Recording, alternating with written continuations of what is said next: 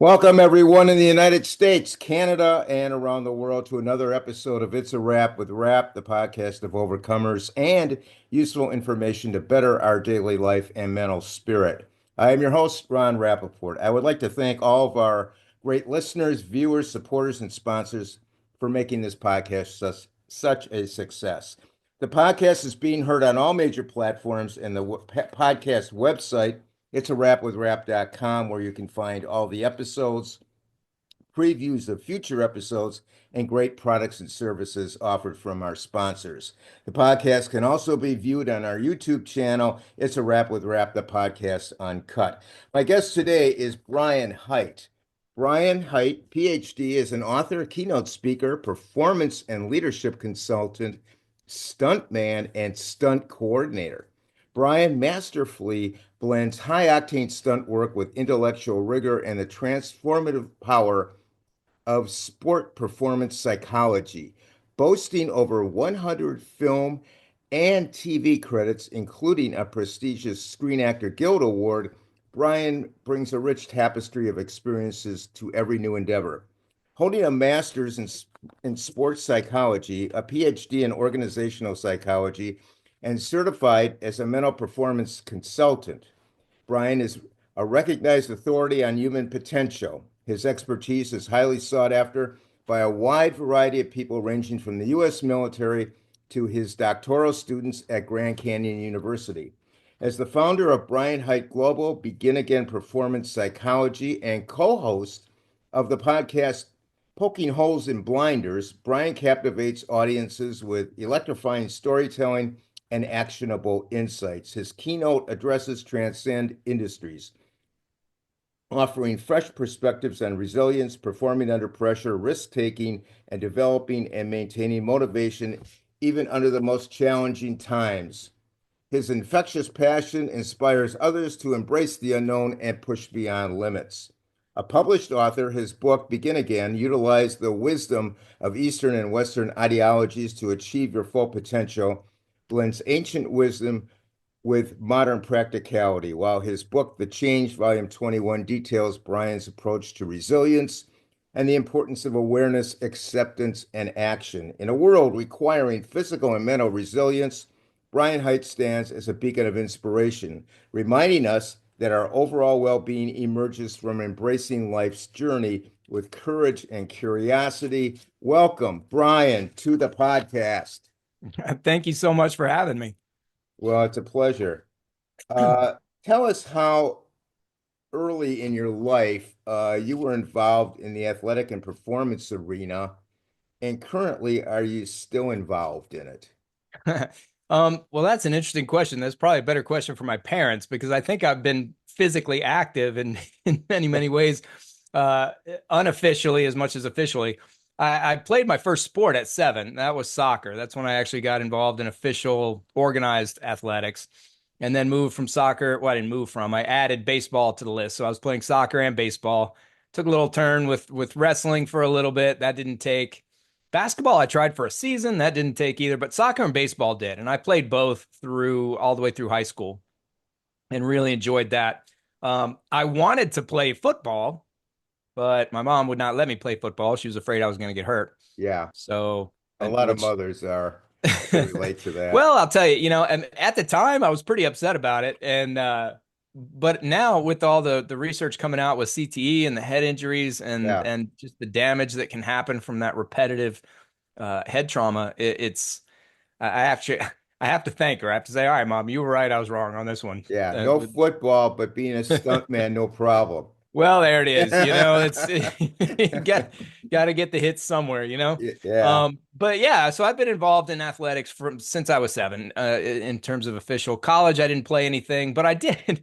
I did drive around every weekend during football season to just look for football games that I could just get in. I would, if I saw a football game, I would stop and like, hey, you guys got an odd number? Can I play? So I would do that. Always loved sports, and then got into stunts when I was in college. I was 20 when I started doing that. That was at a live show at Six Flags in New Jersey, Yep, we're going to get to and, that. We're going to get to and that. yeah, and I've been going ever since. I'm still doing stunts. I'm not really playing any sports anymore, but other than with the kids, I do have a dirt bike that I ride. Um, Okay, that's good. during that season. That's But fun. yeah, so Now, that's it. now you worked first as a stuntman touring with a live show. How did you get interested, first of all, in being a stuntman? And please tell us about the types of stunts you perform currently and in what venues are you performing them? Okay. Yeah. Well, I got started. It wasn't a touring show that I did right off the bat. The Batman show was at Six Flags in New Jersey. And I was going to college at Rutgers, which was also in New Jersey, Yeah. and or is, it's still there, it's still there.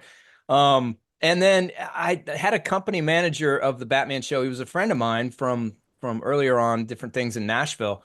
And he got me some tickets to the park, and I went in and I saw the show and was just floored. I can't even describe the feeling that I had when I was watching the show. It started with this big, huge explosion, and then motorcycles came jumping out of this thing, and I just was captivated. And that was it. I was able to go backstage and talk to the people, and I asked them, first question, how do you get to do this job? What do you have to do? How do I get it?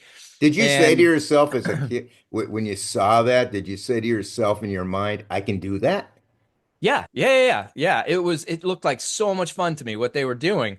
I didn't know how, obviously, when I was watching the show. Right, I had right. had no experience on a motorcycle, and then the other things that they told me I needed to learn how to do were fights and high falls, and I hadn't done anything with those either.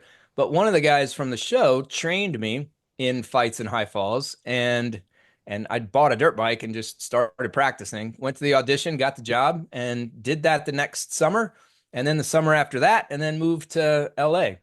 But I didn't graduate from college. I I uh, I didn't I graduate from Rutgers. I did graduate from Rutgers, but not then. I had to go back later. Okay. I was so enamored with stunts Yeah. that was all that took my mind, and I just didn't want to. I just couldn't focus and I was failing everything. And somehow or another, I made it through the first semester of the senior year without failing everything. But second semester, I'm telling you, it was F's all the way. So I just had to withdraw. I had to withdraw. So I left Rutgers with one semester to go, no degree, to move to LA to be a stuntman. The pride Wow. of every parent, right? Yeah. Drop out of college, move across the country to do stunts. I know some That's, people that's happened to where they go and they got like maybe 6 months left and then they just leave. Yeah, But well, that's eventually a what lot I of them did. come I don't back. think it Yeah. was a great idea. It's not advice that I would give to anybody. Right, But for right. me, it was just so hard to focus. I'd finally, because the thing is, I went to college trying to figure out what I wanted to be when I grew up. I was Yeah. trying to find where I fit and what I wanted to do, and I couldn't, I hadn't found that yet Yeah. until I saw that show. And when I found that, I said, yes, that's it. That's what I want. And it required nothing to do with college. Exactly. So I was like, all right, well, if the only reason I'm here is to find what I would do when I grow up, and I found it, and it doesn't need this school, then whatever. I don't want to go to Yeah. class. Really. I So, don't but I did blame end up obviously going back and getting the bachelor's, and then, like you said, more with the master's and the PhD. But that was all later. you. Yeah. Now, what was your favorite craziest stunt or experience you encountered? I'm just Well, curious. um, well, two things come to mind with that one, but for different reasons, for completely different reasons. One was on a movie called Drive Angry, and it's a Nicolas Cage movie, and at the end, I don't know, I guess it's at the end of it. I don't really remember where in the movie, but this car driven by Nicolas Cage, which it wasn't, it was a stuntman, but whatever, jumps over the wall, crashes through a burning cross, and now the car lands in this compound with a bunch of crazy people, of which I was one, and the car now on fire just drives around hitting people, and the people are crazy, so they're trying to tackle the car. So so the stunt that I did was the car's on fire, and I went running toward the car, dove to tackle the car, slid through the fire. Now I'm on fire, hit the windshield, went up and over the car, and then landed on the other side and got put out. So that was one. So it was a combination of a car hit, which is already its own big thing, and a burn, which is also its own big. So it was a combination of two pretty big stunts together. So Yeah, that was a yeah. lot of fun. The other doesn't sound like much, and it certainly didn't look like much on the screen, but the way that it happened, I'll never forget. It was on a TV show called Numbers, and I was doubling a guy, and I was running across a roof, and I had to jump up on this ledge. It was maybe, I don't know, it wasn't high. It was maybe 2.5 feet, and the ledge was probably, I don't know, maybe a foot wide. So not a hard jump and not that small an area to land on, but it was 50 feet above the concrete. And if I missed it or caught a toe or leaned the wrong direction or something, I was going down. There was nothing to catch me. I wasn't attached to a wire. There was nothing. Wow. So, so that one again, and I could have been attached to a wire. That's something the stunt coordinator could have done, was to make it a little bit safer, but that's not what happened. So on that one, and I did it, I don't know, 2, 3 times, run across the roof, jump up on this thing, and then stand there with my arms out like a cross while they were shooting it from down That's below. just amazing. I mean, you had no net, nothing. No, there was nothing. If screwed that one up, it would have been a big mess at the Right. bottom So, for sure. yeah. Any injuries? Have you suffered any injuries from doing any of these stunts? No, nothing with Knock on stunts wood, really. I Yeah, don't yeah. mean, It was. I mean, I guess I was doing this was a touring show. It was a Spider-Man live touring show with different Broadway theaters, and I ended up spraining my ankle very, very badly on that one. I had to take a couple months off for that to heal. But other than that, just bumps, bruises, scrapes, things like that. Nothing it's really minor serious to stuff. speak of. How did you develop to thrive and flourish in spite of the obvious high risk of doing dangerous stunts before, during, and after performing? Like, for example, you just mentioned you were on that ledge 50 feet from the concrete.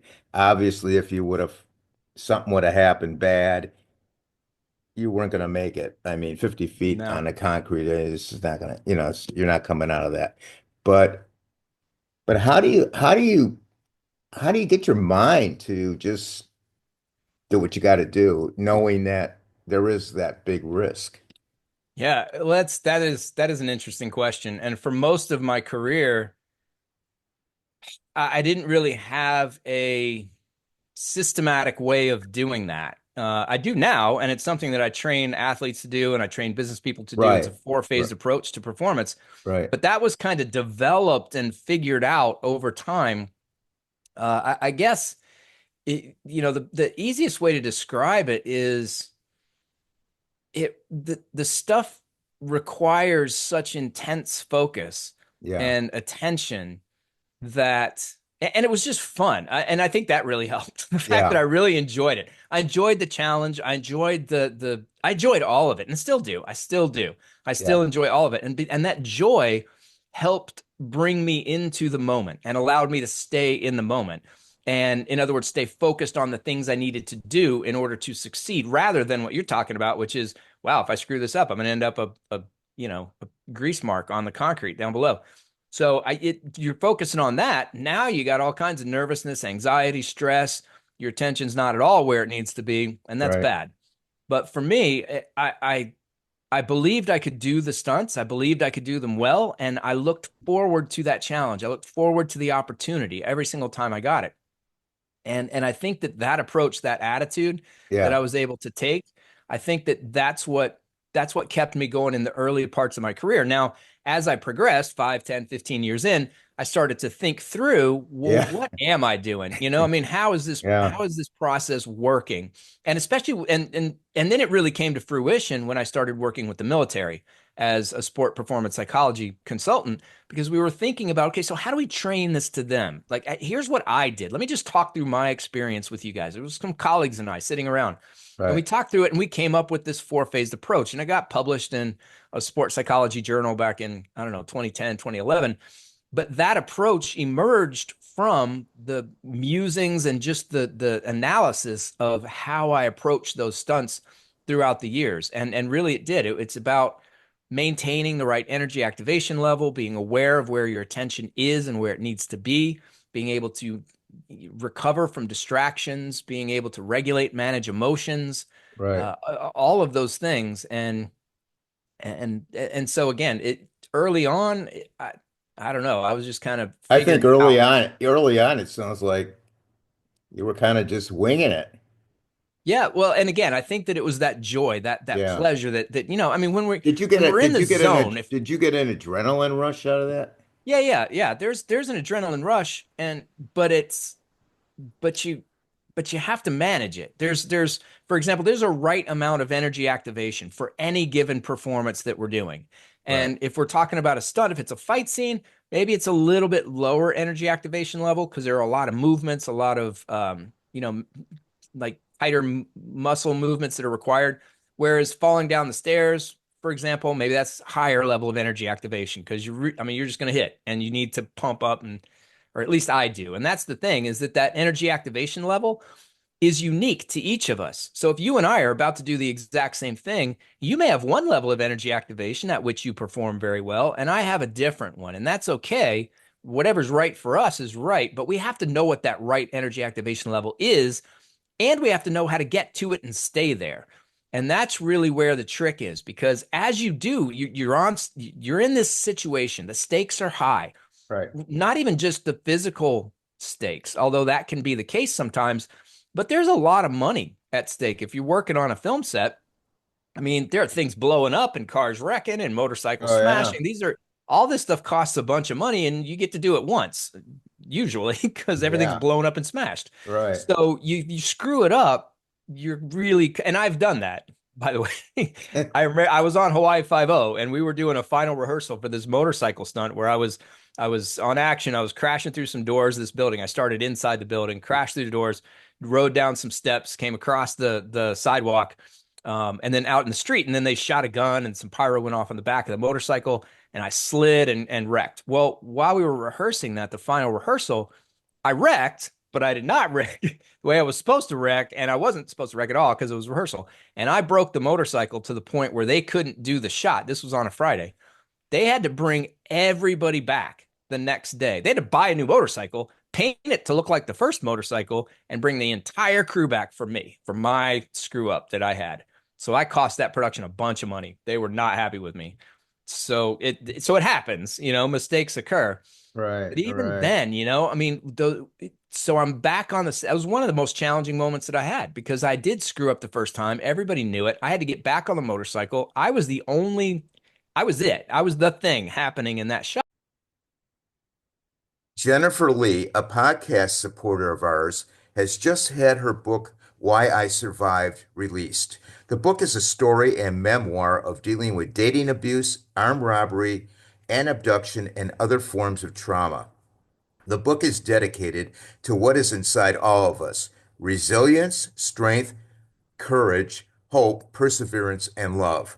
Jennifer pulls us into her hair-raising traumatic stories and helps us understand the physical, emotional, and mental toll trauma takes on us. The book recalls four personal experiences of suspense, suspicion, and survival that ultimately leads to Jennifer's purpose of helping other survivors. Her book reminds us that we are not alone and encourages us to listen to our intuition to help us avoid pain and stay on the correct path. You will be on the edge of your seat once you read how Jennifer triumphs over her adversities and finds the gift of helping empower others to begin their healing journey by speaking her stories. You will simply not be able to put this book down after starting to read it. The reader will find words of support and knowledge you can use through Jennifer's experiences and resources throughout the book so you know that you are never alone. The book is available in paperback, Kindle, and audiobook formats through Amazon. Information on the book will be listed in the podcast notes. Right. Everybody was looking at me, and I had to figure out a way to stay centered. But at that point, I had gone through some of the training. I'd gone through my graduate programs. I'd applied these things more systematically. I'd had the discussions with the Army.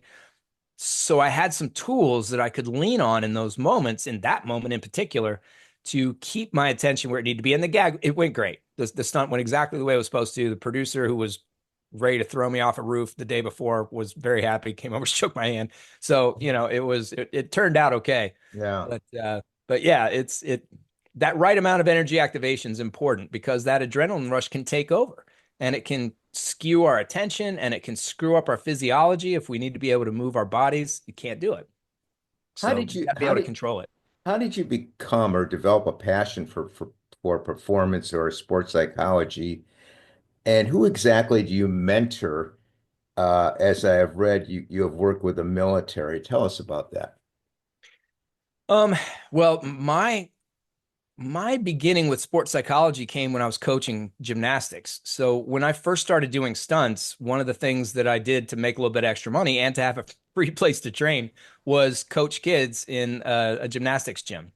And and I'd never done gymnastics as a kid, so I was learning from the other coaches. I started just coaching the rec kids, and then I'd learn from other coaches. I went to conferences, and I, little by little, built up the skills of what I could coach. And as I learned new things to coach, I learned how to do them myself. So I got to the point where I could do some pretty good gymnastics.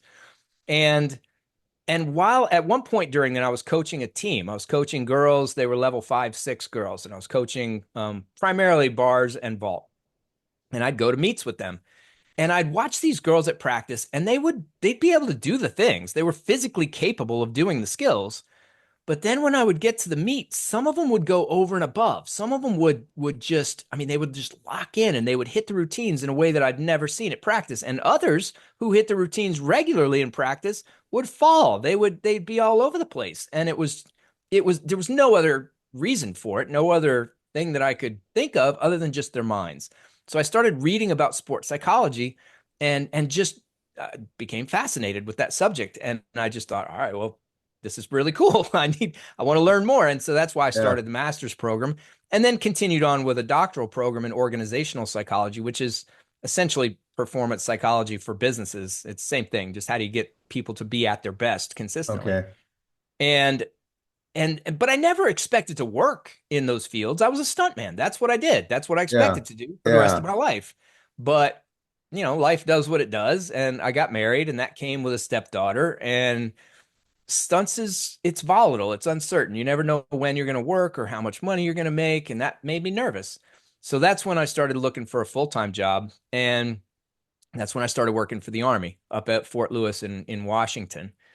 And it was a great job. It was at the time traditional sports psychology. It was performance based. We focused on helping soldiers shoot better or clear buildings better or find IEDs better, whatever it might be. It was okay, this is our performance. We want to get better faster and be more consistent. So how can you help us? And that's what I did. I did that for 2 years. I got a divorce, went back to LA, did stunts again for, full time for another 4 or 5 years or so, rinse and repeat, got married. That came with a stepdaughter again and my daughter at that point. Yeah. So, same reason, went back to the Army again, this time at Fort Campbell outside Nashville, where I'm originally from and am now. So it was a circuitous route to get back, but I came back home. So I was at Fort Campbell, and at that time, though, this is a thing that's I don't know. I'm really thankful that it happened. The program had changed. It still had the performance focus, but it had added a resilience component. And the difference was it same theory, same basic techniques, but the intent was different. The resilience piece was what can we teach these soldiers? What tools or skills or techniques can we give them that will allow them to handle adversity better when it inevitably comes up? I mean, whoever you are, wherever you are, something bad's going to happen. It's just that's part of life. Right. So, how do we come back from that? How do we build that resilience? How do we Right. allow ourselves to go through those moments and not only not get knocked down that far, not only recover quicker, but most importantly, and this is one of the things that the program emphasized that I really got on board with huge, how do we grow and thrive as a result of that adversity? Going through the bad thing, how do I come out of it on the other side better than I went into it? And Right. that to me is so important. So I really I went headfirst into that side of the program and did a lot of those trainings around the world, really, and really got a lot out of that. And so that was a great experience that I had with the soldiers. And then I left there about 2.5 years ago to start my own business and start doing the same thing with a broader audience, with athletes, performers, business people, really anybody who is at a place in their life where they know there's more, and they just want to learn, they want to grow, they want to strengthen themselves, or parents who want to provide that for their kids. Right. And it's been really rewarding. I really enjoy it. And we're glad to have you on the on this podcast because that's pretty much what this podcast is all about, is just helping people out there listening how they can get through these struggles, these life challenges and adversities.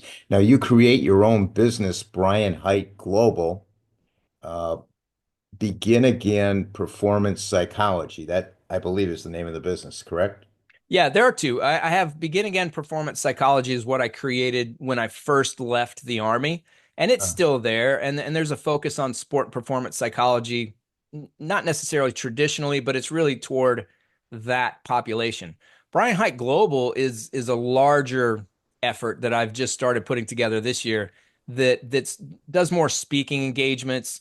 I okay. still have some programs that I offer for organizations, for athletes, for coaches, for whomever. Uh, Books that I'm trying to create. There will be some courses that I'm developing in 2025. Should be out probably either the middle to the end of 2025. Have some courses on motivation, on pressure, on the four-phased approach to performance I was telling you about. So that's kind of the difference. So I've moved out of the specific sport and performance realm Right, into just a larger place of, okay, just everybody experiences pressure. I don't care if you're a stay-at-home mom and right. you've got three kids and you got to deal with homework and you got to deal with dinner and you got to deal with soccer. How do you do that? That's a lot of pressure that a lot of people experience. How do we handle that? How do we look at our situation in a way that we can be at our best and accomplish all that we can throughout those high stakes, high stress situations. And I really enjoy that. I enjoy talking about it and I enjoy coaching it. And I really enjoy just seeing the change that people can make when they implement these skills. So you're coaching your clients. What do you focus on coaching them to achieve their goals or outcomes? In other words, can you kind of tell us a little bit about the process that needs to take place? Yeah, well, it starts with self-awareness, and that's what it comes down to. We have to be aware of how are we thinking? What types of thoughts are going on in our minds? What's going on physically with us? Are we Oh, taking care of ourselves? Are we getting enough sleep? Are we eating healthily? Are we exercising, stretching? Um, Emotionally, what are we feeling and how strongly are we feeling it? And when we feel it, do we know that we're feeling it and can we regulate it? Can we right. manage it? And then socially, do we have friends? How often do we connect with people? What's our support system look like? And that's where we start. It's a holistic approach, physical, mental, emotional, social, that we start with self-awareness. Let's talk about what those things are, and then let's talk about where you want them to be, because then we can start looking at an acceptance of, okay, here's reality. This is where I currently am. Physically, I'm not where I want to be. Mentally, I have a tough time regulating, managing my thoughts. I tend to go very pessimistic. I tend to perceive things as problematic all the time. Emotionally, I'm very volatile. I'm all over the place. Socially, I'm isolated. I don't have a support system. Great. Okay. So that's fine. That's where you are. It's not good. You want to be somewhere else, and that's great, but this is where you are. And this is what I mean by acceptance. It's not acceptance as in, all right, this is it. I accept it. This is my life. So this is just, I don't know. I just got to Right, be okay with it. It's right. not acceptance like that. It's acceptance of, let me just not gloss over it. Let me not make stuff up. Let me not pretend like, the camel is a unicorn. It's not. It's things are what they are. So let's Right. just accept that reality as a place of beginning and move from there. And that's when we can get into the self-regulation part. What are the tools? What are some changes that we can make physically? What are some different ways that we can manage and control and really perceive situations differently and think differently? And how might we achieve an emotional state that's really helpful for us in situations and do that on demand and recognize very quickly when we start to move out of that emotional state so that we don't go down the rabbit hole. We don't let it go so far that it's just almost impossible to come back. We're able to catch it very quickly and have some tools and techniques to bring us back to where we want to be. Is there So a that's the process. is there a spiritual component to this? There can be if people look into that. Now, when I talk about spiritual aspects with people, what I talk about is it's not necessarily it doesn't have to be religion, and I don't really start it as religion. It's more of a sense that we're part of something larger than ourselves, that there's a bigger thing out there of which we interact with, that's just that we're a part of. And I think that that sense of connectedness to something larger, something bigger, can be very helpful for people. Now, some people push back on that because they've got whatever baggage it is that they're carrying with whatever they've come up with in their lives. But some people really benefit from it. So if I'm working with somebody and it seems like that kind of perspective, that kind of appreciation for I guess I think of it as the smallness of us in the universe, Yeah. but the importance of us in the sense that the universe would not be what it was or is without us. It would be different. It would be something else. So it's Okay. that connectedness to something larger. So that's when I talk about spirituality, that's where I go with it. Okay. Now you mentioned five categories, and I guess the goal of all this is to improve confidence, would you say? Well, confidence can be a big part of it. I would say that it's about consistency of Doing things on a it's consistent it's basis. developing the ability to be aware, Yeah. and to be accurate in our assessment of what it is that's happening. Because if we're not capable of doing that, if we're being if our perceptions of the situation are being colored by inaccurate beliefs, or for example, maybe I'm very self-conscious. Like I'll go out in a group, and I think everybody's thinking badly about me. I'm self-conscious about my clothes. They're thinking about my clothes. They're going to talk about my hair. They're going to whatever it is. Yeah. And so that's my belief. I'm thinking everybody's paying attention to me. Well, you and I have been on this earth long enough to know ain't nobody paying any attention to us. They're No, too busy thinking about themselves. So, exactly, so exactly. so but people get very, very caught up in that. And if that's something that's happening, well, let's be aware of it. Let's be aware that that's our tendency to really put a lot of weight and really believe strongly that there's judgment coming from everybody we meet. When if that's our tendency, we need to know that so that we can then challenge that belief. All right, well, you think that's true? Well, what's the evidence for that? How do you know? I mean, truly, how do you know? And might there be another way to explain somebody's behavior or somebody's look? If somebody says something to you, you take it as they're attacking you. Well, is there another way to take that? There are myriad ways to perceive any given situation. We can look at it however we want. Right, And it's critical that we understand that we acknowledge the fact that the way that we experience the world, the meaning that we assign to what happens, it's us assigning that meaning. Somebody else standing right next to us, experiencing the exact same thing, could be telling a completely different story. yep, yep, And exactly. and that's just fact. And so the quicker people are able to become aware of what it is that they're thinking and how they're perceiving their situations, and really becoming skilled at it, and it is a skill to transition that perspective to, okay, I recognize I'm looking at things this way. Might I be able to change my perspective and look at it this other way? And what other way might that be? And that is a critical. The podcast guest and author, Marcia Moran, has written an incredible read titled Stroke Forward: How to Become Your Own Healthcare Advocate, One Step at a Time. On March 30th, 2014, Marcia's whole world changed as she suffered a stroke at age 53.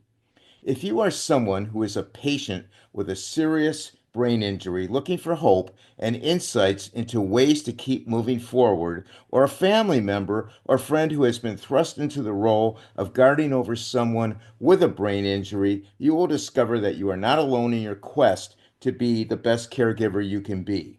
The book is stroke specific, but the author's advice has many applications with added perspectives included in the text of the book from healthcare providers, Marcia herself, Marcia's husband, and friends. The book is more than just a book about stroke or victims of it. It is a story of bravery, love, and resilience. Holding a master's in business administration, Marcia has written over 50 business plans and created value by strategizing how companies could remain relevant as the world changed around them. When her stroke turned her world upside down, she applied her planning and strategy skills to become whole. Her journey of learning to become her own healthcare advocate, one step at a time, is shared in the book and will benefit everyone reading the book trying to navigate the healthcare complex. This book is a rare combination of intimate personal experience, medical education, and practical advice. The book is available from Amazon in paperback and ebook formats. Information on the book will be listed in the podcast notes. Critical skill to develop. Well, let me ask you. We talked about five categories: physical, mental, emotional, social, and then we threw in spiritual. Which of those areas seems to be the most difficult for most people? You know, that's a hard question to answer simply because they're all connected. And this is the holistic piece that I was talking about. You know, we can talk about things physically and then we can talk about mentally, but the truth of it is that when I'm sleeping well and when I've eaten well, my whole attitude, the way I think about the world, the way I perceive what's around me, my patience level, everything is different than it is when I'm tired and I'm hungry. I mean, my daughter will attest to that. She knows. She knows when dad's hungry. She's like, go eat something because it everything changes. So there's no way to really isolate any one of those five areas because if you're moving the needle on one, you're moving the needle on all the other ones.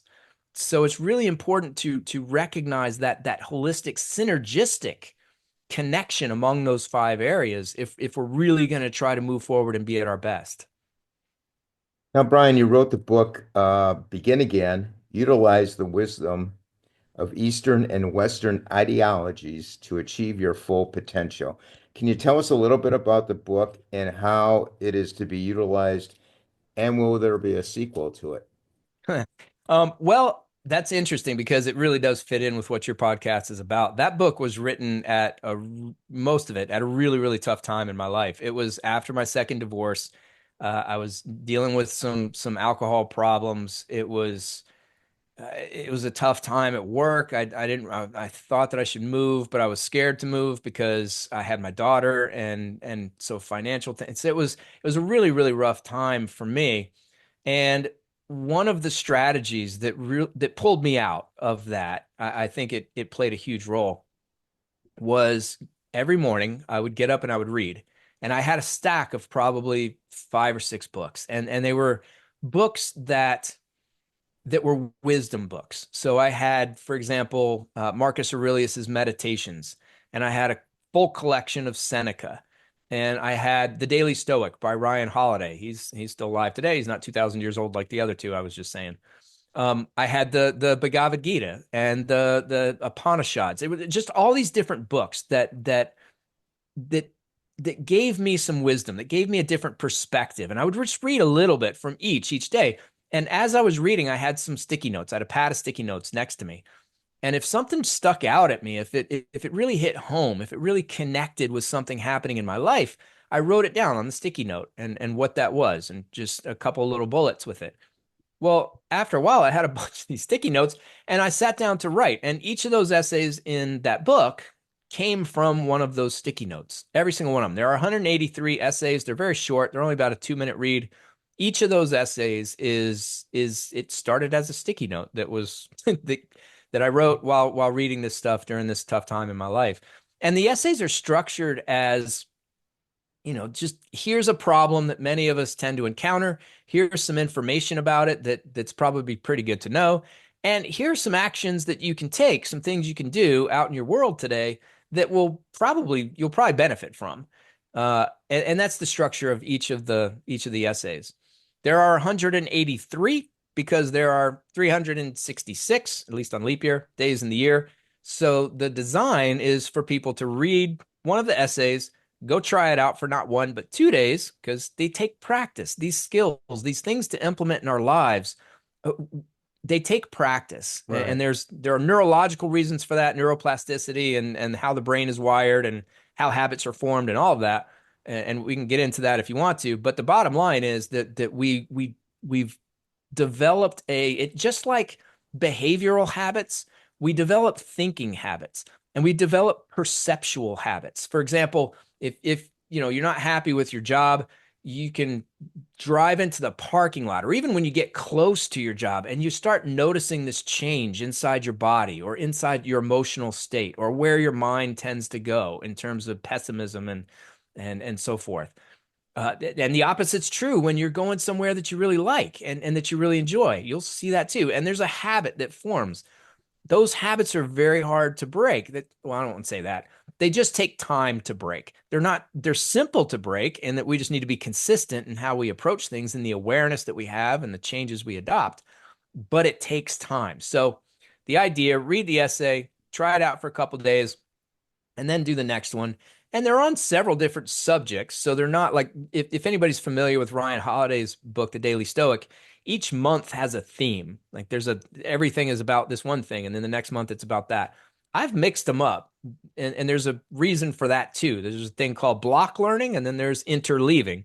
Block learning is the way that Ryan Holiday does it. Okay, we're going to do the drill over and over and over and over and over, and then we'll shift to this other thing over and over and over and over. Interleaving is where we do a little bit of this, and then we do a little bit of that, and we do a little bit of that, and we come back to this.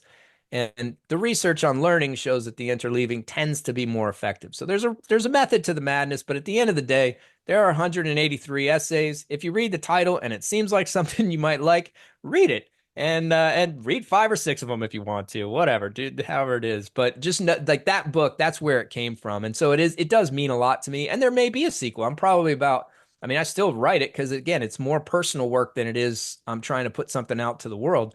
If the world benefits from it, I am certainly happy about that. But the process of the reading and the writing it's still help. It's a never ending process. There's no end. There's no destination that I'm trying to get to. It's all a process, and every single day it's a journey, and that's part of Yeah. my journey is writing to process the things that I deal with. I take it the book can be obtained on Amazon. Yeah, yeah, you can get it on Amazon in Kindle form or paperback form or hardback form, whatever your pleasure is.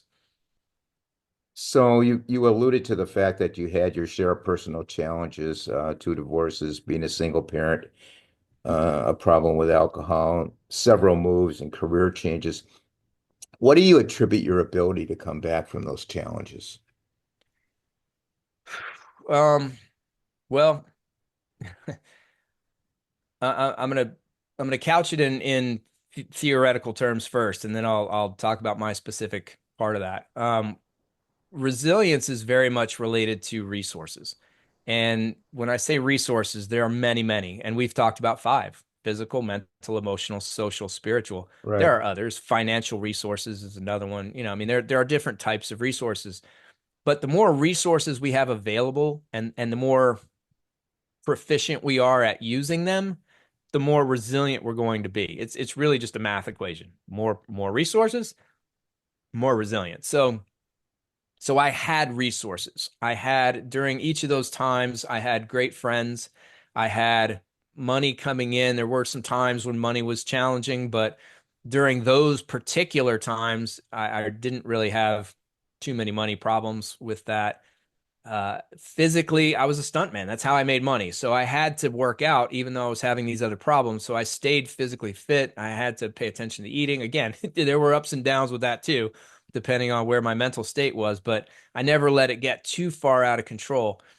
Where I really went haywire was the mental and emotional side of the resources. I had a very difficult time reining in my mind and really regulating emotions.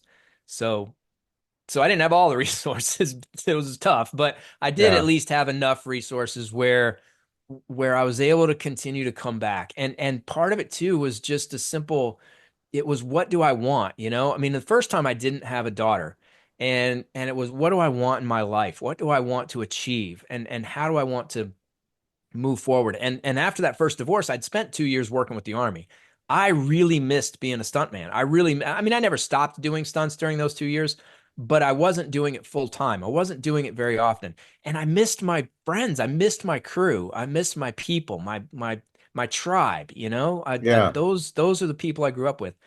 And so to get back to that was a huge help for me. It was a place where I belonged, where I was accepted, and and where I thrived because I was able to do what I loved doing and what I was good at doing. yeah, Then the second time, I was still with the Army. I didn't go back to stunts full time, and that took a longer time for me to deal with because I didn't have my tribe right there next to me. I had to develop other things and work in other ways, and that's really, I mean, honestly, looking back on it, it may not have been that bad a thing because one of the things that came out of it was exactly what I just said, was the habit of getting up in the morning and reading and journaling and writing, and that has been, again, it's been a lifeline for me for sure. now you have I want to give you a little plug. You have a podcast of your own, uh, Poking Holes in Blinders. Can you tell us a little bit about that? Yeah, poking holes in blinders was something that just came out. There's a friend of mine. His name's Colin Fullenwider. He's another stunt guy. We've been friends for years. If you've ever watched any superhero movies, you've probably seen him. He's been in just about every costume of that there is. But anyway, Colin and I, we just started having these conversations, and they would go on forever. And I was like, you know what? We should do a podcast on this because we're seeing things eye to eye, and we're trying to put out some of this information, and we think that it would be good. So we started the podcast Poking Holes in Blinders with the intent of really talking about things a little bit differently, about challenging some assumptions and trying to, the blinders being our rigid beliefs that we tend to walk around the world with. This is how things are. This is how I see it. This is how it is. And we want to we can't get rid of those because that's part of just being human, Yeah. but we can poke holes in them. Give us a little bit of give us a little bit of view of what else is outside of those. And that was where the name came from. And so Colin and I have done, I don't know, we haven't done that many episodes of it, and we're talking about, I think we're in the process of changing the name to Fall Hard, Think Deep, two stunt guys discussing the meaning of life. So we'll see where that goes. But for the moment, you can look it up as Poking Holes and Blinders, Yeah, I'm gonna and check it out, you definitely. know. Uh, how can people contact you if they want to contact you? What's the Through the best way? website's probably the easiest way. I mean, you can do that, or you can just send me an email directly. And if you do, definitely mention this podcast because if you tell me that you heard me on here, I Yeah. will absolutely send you a coupon code for 35% off whatever you want to get, whenever you want to get it. That's for sure. But if you go to the website, Brian Hite, BrianHite Global, GLOBAL.com, that's where you can, there's a contact sheet in there. You can put your email in, you can get the newsletter, and you Okay. can just send me an email, Brian at brianheightglobal.com. So it's Brian Hite Global.com. Yep. Okay. Uh, lastly, what advice or words of wisdom can you give to those listening to this, struggling through their own issues, whatever they may be, to move in a better direction? Well, I'll tell you, I'm a firm believer that opportunity is not rare.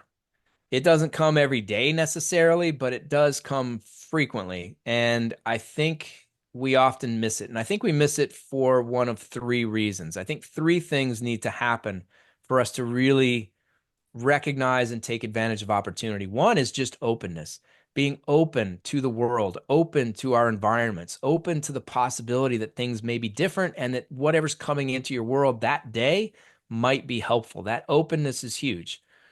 The second is flexibility, because once we recognize this thing as possibly helpful, that means we have to be willing to change from the direction that we're going. So we're all heading somewhere. If we recognize that we need to deviate a little bit and head a different direction, we need to be flexible enough to do that, to be able to recognize the change and be able to flex. And the Right. third thing, and this is where a lot of people hit a wall, and it is a hard thing, is the courage to make that change, because by definition, you're going to be heading into the unknown. You're going to be heading into a situation that you may not know that much about, and it's entirely possible that it may not work out the way you want it to. but we have to have the courage to take that chance and the willingness to take the chance of failure, knowing, not believing, not thinking, knowing that we can come out of the situation better than we went into it.